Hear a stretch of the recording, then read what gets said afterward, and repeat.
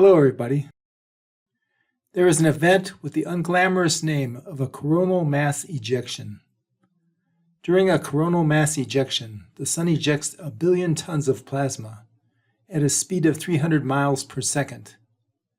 This creates a radiation field of charged particles much too intense for life of any type to survive.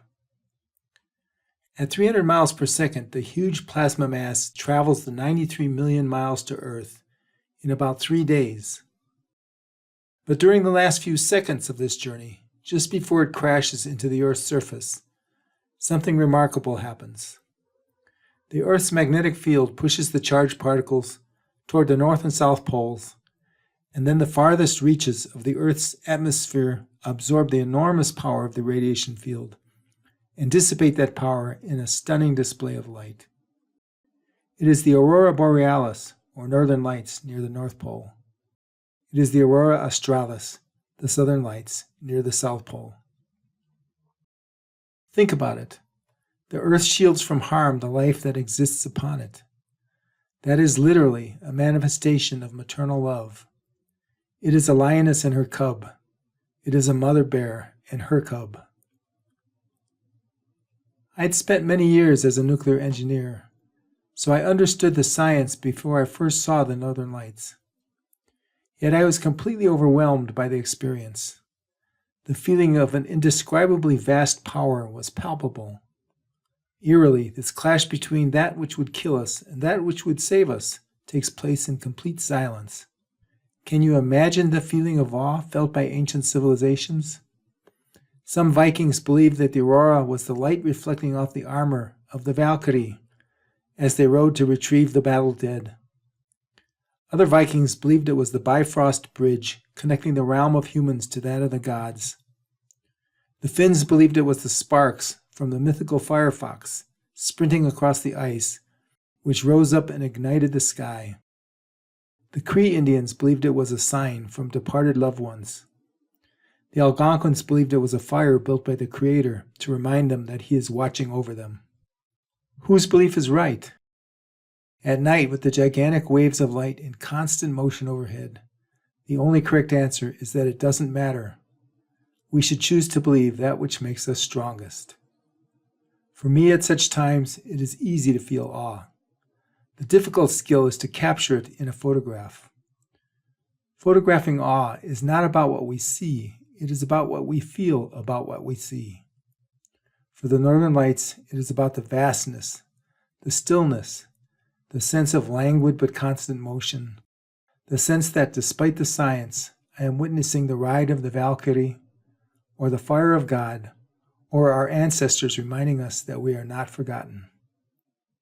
I have witnessed 2 magnificent aurora borealis displays in my life. The first was in the Lofoten Islands, just above the Arctic Circle. The northern lights danced around the setting moon, and the sandy beach wetted by the Norwegian Sea reflected the light from both the moon and the aurora, lending a sense of symmetry to the scene. The second time was more spectacular, and it occurred at a somewhat unlikely location, the Faroe Islands in the North Atlantic. I will show you a series of photos from that night in the Faroes. Most are only a half a minute apart, so you can get a sense of how quickly the waves of light undulated in the sky. I will give you a moment and some music.